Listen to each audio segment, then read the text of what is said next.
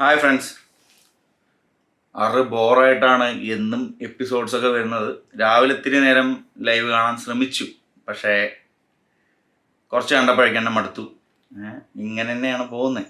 ഈ ഒരു love track എന്ന് പറയുന്നതിൻ്റെ ഒരു കൺഫ്യൂഷനിലാണ് എല്ലാവരും. ഇവരൊക്കെ എന്തിനാ കൺസിഡർ ചെയ്യുന്നതെന്ന് മനസ്സിലാവുന്നില്ല. അവോയ്ഡ് ചെയ്ത് വിട്ട എത്രത്തോളം കണ്ടന്റ് ആ ഒരു റിലേറ്റഡ് ടോപ്പിക്കിൽ വരില്ലായിരുന്നു. റോക്കി എന്തായാലും ഒരുങ്ങി ഇറങ്ങിയിരിക്കുകയാണ്. ഇപ്പം ഇന്നത്തെ എപ്പിസോഡിൽ കണ്ടാൽ നിങ്ങൾക്ക് മനസ്സിലാവും, റോക്കി നല്ല രീതിക്ക് ചൂന്ന് നോക്കുന്നുണ്ട്. ചക്ക പോലെ ഇങ്ങനെ കത്തിയും കൊണ്ട് തോണ്ടി തോണ്ടി എടുക്കാൻ നോക്കുന്നുണ്ട് ഓരോ കാര്യങ്ങൾ. അപ്പം ജാസ്മിൻ വളരെ ക്ലിയർ ആയിട്ട് പറയുന്നുണ്ട്, ഇമേജ് കോൺഷ്യസ് അല്ല, പുറമേയുള്ള ആൾക്കാർ എന്ത് ചിന്തിച്ചാലും എനിക്ക് കുഴപ്പമില്ല, എൻ്റെ വാപ്പയും ഉമ്മയും എന്ത് വിചാരിക്കുന്നു അത് മാത്രമേ എനിക്ക് നോക്കാനുള്ളൂ എന്നൊക്കെ. ഗബ്രി ശരിക്ക് ഇതിലൊരു ബലിയാടാവുന്ന പോലെയാണ് എനിക്ക് തോന്നുന്നത് പേഴ്സണലി. ഗബ്രിയും ജാസ്മിനും ഒരുമിച്ച് കളിക്കുന്ന ഒരു ഗെയിം ഉണ്ട്. ഇപ്പോൾ ലവ് എന്ന് തെറ്റിദ്ധരിപ്പിക്കുന്ന രീതിയിൽ കളിക്കുന്നത് പോട്ടെ. ഇപ്പോൾ ആദ്യം പറയുന്നു ഒരു ബെഡിൽ കിടന്നാലും ഒന്നും സംഭവിക്കില്ല എന്ന് പറഞ്ഞു. എന്നിട്ട് പറഞ്ഞു ഫസ്റ്റ് ഓഫ് ഓൾ ഞങ്ങൾ അങ്ങനെ കിടക്കില്ല എന്ന് പറഞ്ഞു. എന്നിട്ട് അന്ന് രാത്രി തന്നെ അപ്പുറത്തും ഇപ്പുറത്തും കിടന്ന് മുഖത്തോട് മുഖം നോക്കി ഇങ്ങനെ കിടക്കുന്നുണ്ടായിരുന്നു. ഒരു ഉളുപ്പ് പറയണ സാധനമില്ല. രാവിലെ പറഞ്ഞത് രാത്രി വിപരീതമായിട്ട് പ്രവർത്തിക്കുക, ഇതാണ് പരിപാടി. അതുപോരാതെ ഈ ഒരു ഉമ്മ വയ്ക്കല്, നക്കല്, പിന്നെ ഉപ്പ് രസം, ഇങ്ങനെയുള്ള പരിപാടികൾ ഇവരുടെ കണ്ടന്റാണ് ഫുള്ള്.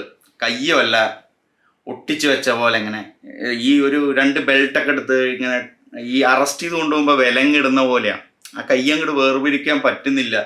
ജാസ്മിനാണെങ്കിൽ കൈ എടുത്തു കഴിഞ്ഞാൽ അപ്പോഴേക്കും ഗബ്രി മറ്റേ കൈ കൊണ്ട് അത് പിടിക്കുവാണ്. പിന്നെ ഗബ്രിയുടെ ഒരു സംഭവം എന്താണെന്ന് വെച്ച് കഴിഞ്ഞാൽ, ജാസ്മിനായിട്ട് കുറച്ച് സംസാരിച്ച് ജാസ്മിൻ എങ്ങോട്ടെങ്കിലും എൻഗേജ് ആവുന്ന സമയത്ത് നേരെ ഓടിപ്പോവും രശ്മിൻ്റെ അടുത്ത്. എന്നിട്ട് കൈ പിടിച്ച അവിടെ ഒരു കൈ, ഇവന് എവിടെയെങ്കിലും ഒരു കൈ വേണം. തിത്താന്തരികിടതേ. ഈ ഒരു ടോൺ പറയാൻ കാരണം വേറെ ഉണ്ട്. ചില ട്രോളുകളൊക്കെ ഞാൻ കണ്ടു. ശരിക്ക് ഒരു സ്ത്രൈണത കലർന്നിട്ടുള്ളൊരു രീതിയിലുള്ള സംസാരം. അതുപോലെ തന്നെ ഗെയിമിലായാലും അങ്ങനെയുള്ള സംഭവമല്ലേ വരുന്നത്. നല്ലൊരു ടാസ്ക്, നല്ലൊരു സ്ട്രോങ് ആയിട്ടുള്ളൊരു ടാസ്ക്, ഒരു ക്ലാസിക് ടാസ്ക് എന്ന് പറഞ്ഞ് ഇൻട്രൊഡ്യൂസ് ചെയ്ത് ഒരു പിരമിഡ് ഉണ്ടാക്കുന്നതിന് വേണ്ടി പറയുന്നു. പേപ്പർ ഗ്ലാസ് കൊണ്ടുള്ള പിരമിഡ്. അത് എതിർ ടീമുകാർക്ക് ബോൾ കൊണ്ട്, ഈ സ്പോഞ്ച് ബോൾ, സ്മൈലി ബോൾ, ഈ പ്രഷറൊക്കെ കയറുന്ന സമയത്ത് കൈയും കൊണ്ട് അമുക്കി പ്രഷർ കുറയ്ക്കാൻ പറ്റുന്ന സാധനം. അതുകൊണ്ട് എറിഞ്ഞാൽ എത്രത്തോളം വേദന എടുക്കും എന്നുള്ളത് നമുക്ക് മനസ്സിലാക്കാൻ പറ്റും. വേദന എടുക്കും, ഇല്ല എന്നുള്ളതല്ല, പക്ഷേ സീരിയസ് ആയിട്ടുള്ളൊരു ഇഞ്ചുറി അതൊന്നും ഉണ്ടാവുമെന്ന് ഞാൻ വിശ്വസിക്കുന്നില്ല.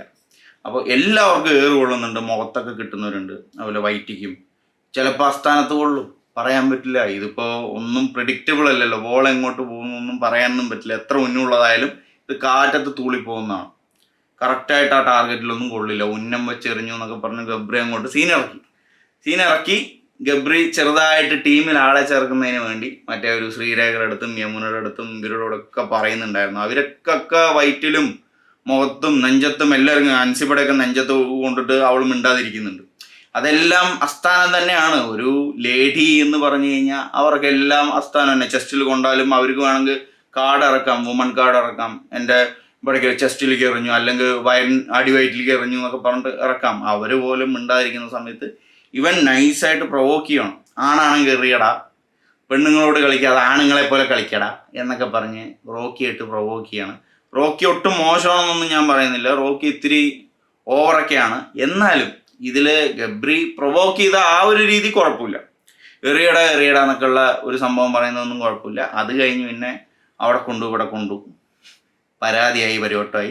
അതേത് ശ്രീരേഖയോ ഇവരൊന്നും പറയുന്നില്ല. ശ്രീരേഖ പറഞ്ഞു ഇടുപ്പിൻ്റെ അവിടെ കൊണ്ടു, മുഖത്ത് കൊണ്ടു, വയറ്റിൽ കൊണ്ടു, കുഴപ്പമില്ല, ഗെയിമിൻ്റെ സ്പിരിറ്റിലാണ് എടുക്കണമെന്ന് പറഞ്ഞതും ഈ ഗബ്രിയെ താങ്ങിയ ജാസ്മിനൊക്കെ അങ്ങോട്ട് തകർന്നു പോയി. എന്നിട്ട് പറയാം, ഇനി കുടിച്ച വെള്ളത്തിന് ഇവരെയൊന്നും വിശ്വസിക്കില്ല, യമുനയെയും അതുപോലെ തന്നെ ശ്രീരേഖയൊന്നും, ഈ ചേച്ചിമാരെയൊന്നും വിശ്വസിക്കാൻ പറ്റില്ല എന്നൊക്കെ. എങ്ങനെയുണ്ട്? ഒരു ടാസ്കിലുള്ള സംഭവമാണ്. അത് കഴിഞ്ഞിട്ടുള്ളൊരു സംഭവം നൈസായിരുന്നു. ഈ ഒരു സീനും ഈ ഒരു ഫൈറ്റൊക്കെ കഴിഞ്ഞു. അതിൻ്റെ ഇടയിൽ ജാസ്മിൻ്റെ ഒക്കെ ഒരു ഗുണ്ട സെറ്റപ്പിലുള്ളൊരു സംഭവം ഉണ്ടായിരുന്നു, ആറ്റിറ്റ്യൂഡ്. നീയും കൂടെ വരുമ്പോഴേക്കും അയ്യോ എന്ന് പറഞ്ഞ് പോണ പെണ്ണുങ്ങളൊക്കെ കണ്ടിട്ടുണ്ടാവും എന്നൊക്കെ പറഞ്ഞ അവളുടെ ഒരു അപ്പിയറൻസ്. അതുപോലെ തന്നെ ചില സമയത്ത് 500 എന്തറോ ഞാൻ മറക്കണ്ടേ എന്ന് പറയുന്ന പോലെ ഞാൻ മിണ്ടാതിരിക്കണോ എന്നൊക്കെ പറഞ്ഞിട്ടുള്ളൊരു സെറ്റപ്പാണ്. 500 വരും, ചില സമയത്ത് നരേന്ദ്രപ്രസാദ് വരും,